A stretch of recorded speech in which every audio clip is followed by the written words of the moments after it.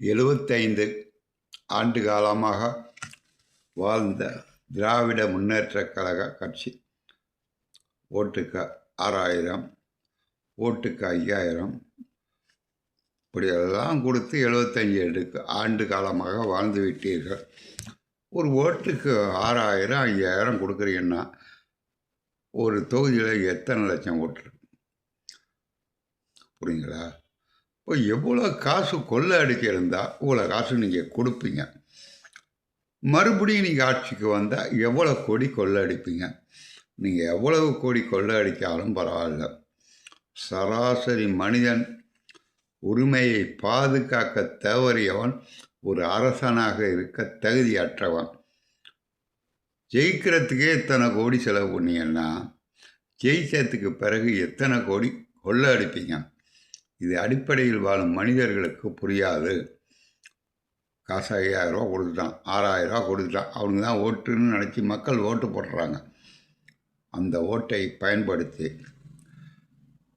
உங்கள் இனம், உங்கள் மகன், மகள், பேரன், பேத்திகள், உங்கள் சொந்த பந்துகள் அத்தனையிலும் பினாமி வீடு.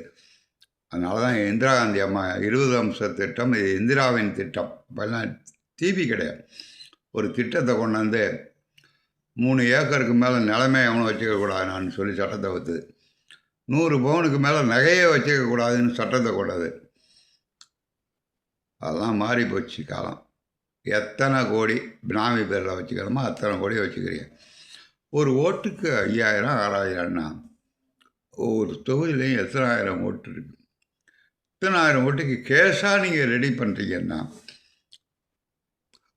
அதில் எத்தனை சதவீதம்? அதான் சவுக் சங்கர் பேசினாரு, அவரை உள்ளே பிடிச்சி ஆப்பு வச்சுக்கிட்டீங்க. ஏன்னா அவர் ஓரளவு அரசியல் நிர்வாகம் தெரியும். அதனால் இந்த ரகசியம் பூரா அவருக்கு தெரிஞ்சு போச்சு. தெரியாதவன்லாம் மற்ற யூடியூப்பர். அதனால தான் அவனை பிடிச்சி உள்ளே போட்டுக்கிட்டுருக்கீங்க.